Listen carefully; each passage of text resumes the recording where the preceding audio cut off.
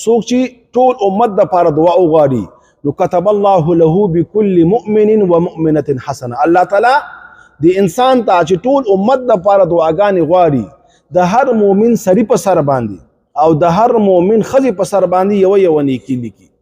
په دې دور کې د یو محتاط قول مطابق څه د پاسه 2 اربه مسلمانان دي.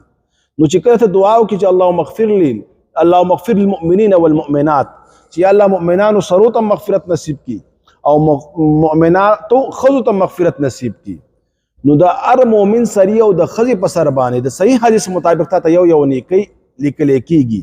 نو په لږ ټایم کې به ته 2 اربه څه د پاسه نیکۍ ستا په عملنامه کې ولیکلی شي. حالانکه یو وخت داسې دی چې موږ تاسو باندې به راځي په سورة عبس کې رب العالمین فرمایي یوم یفر المرء من اخیه و امه و ابیه و صاحبته و بنیه. یو ورځ به داسې راځي دا ګوره سوچ کوئ دا په موتا باندې خامخا راځي. بچی نه به خلک تښتي، پلار به د بچی نه بیزاره شي، د ښځې نه به خاوند بیزاره شي، ورور به د خور نه بیزاره شي، پلار به د بچی نه بیزاره شي، ښځه به د خاوند نه بیزاره شي. دا څومره خوږې رشتې دي. نن پلار رالګي د بچي دپاره د حلال او د حرامو تمیز نه کوي بلکې مالونه ورته راجمع کوي چې زما بچی ښه ژوند وکړي او زما بچی ښه لباس واغوندي او زما بچی ښه خوراک وکړي. حالانکه داسې یو وخت به راشي دا بچی به درنه تښتي.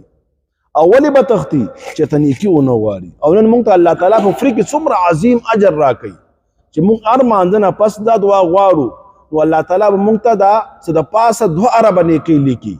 پابندۍ سره دا دعاګانې غواړي چې الله ټول امت مسلمه ته مغفرت نصیب کړي، د هغوی حاجتونه پوره کړي، مشکلات حل کړي. بل آیات کریمه دی الله تعالی فرمایي د قیامت په ورځ باندې که یو انسان ملء الارض ذهبا دا ټوله ځمکه د سرو زرو نه ډکه کړي ولو افتدی به او بیا په فدیه کې الله تعالی ته ورکوي نو په دې باندې مجرم د جرم نه خلاصېږي. یو ګناه په انسان ته نه معاف کیږي، یو نیکی په نه سیوا کیږي. دا ټوله دنیا د سرو زرو نه ډکول دا ګران کار دی. دا زموږ جومات ډکول د سرو زرو نه دا هم ګران کار دی. یو خښته د سرو زرو چې 10 تولې یا 15 تولې وي هغې څومره قیمت دی تاسو ته پته شته؟